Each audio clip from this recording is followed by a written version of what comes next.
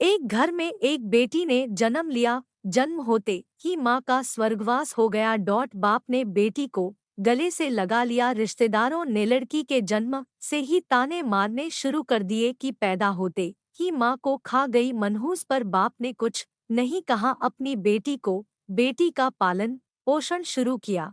खेत में काम करता और बेटी को भी खेत ले जाता, काम भी करता और भागकर बेटी को भी संभालता। रिश्तेदारों ने बहुत समझाया कि दूसरा विवाह कर लो, पर बाप ने किसी की नहीं सुनी और पूरा ध्यान बेटी की ओर रखा।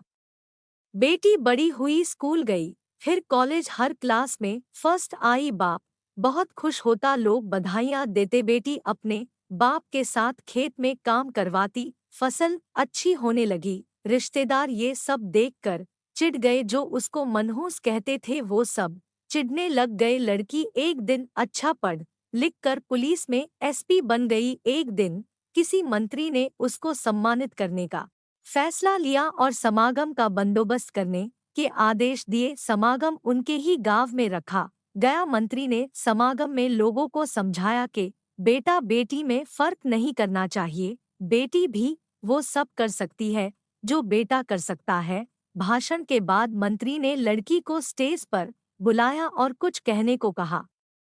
लड़की ने माइक पकड़ा और कहा, मैं आज जो भी हूँ अपने बाबुल पिता की वजह से हूँ, जो लोगों के ताने सह कर भी मुझे यहाँ तक ले आए, मेरे पालन पोषण के लिए दिन रात एक कर दिया।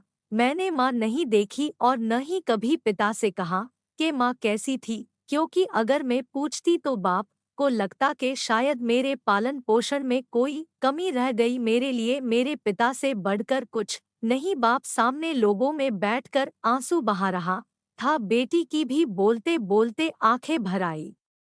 उसने मंत्री से पिता को स्टेज पर बुलाने की अनुमति ली। बाप स्टेज पर आया और बेटी को गले लगाकर बोला, रोती क्यों है बेटी, तो मेरा शेर पुत्र है, तू ही कमजोर पड़ गया तो मेरा क्या होगा। मैंने तुझको सारी उम्र हंसते देखना है। बाप बेटी का प्यार देखकर सबकी आंखें नम हो गई। मंत्री ने बेटी के गले में सोने का मेडल डाला। लड़की ने मेडल उतार कर बाप के गले में डाल दिया। मंत्री ने बोला, ये क्या किया, तो लड़की बोली, मेडल को उसकी सही जगह पहुंचा दिया, इसके असली हकदार मेरे पिताजी हैं। समागम में तालियां बज उठी। यह उन लोगों के लिए सबक है जो बेटियों को चार दीवारी में रखना पसंद करते हैं, पर ये फूल बाहर खिलेंगे।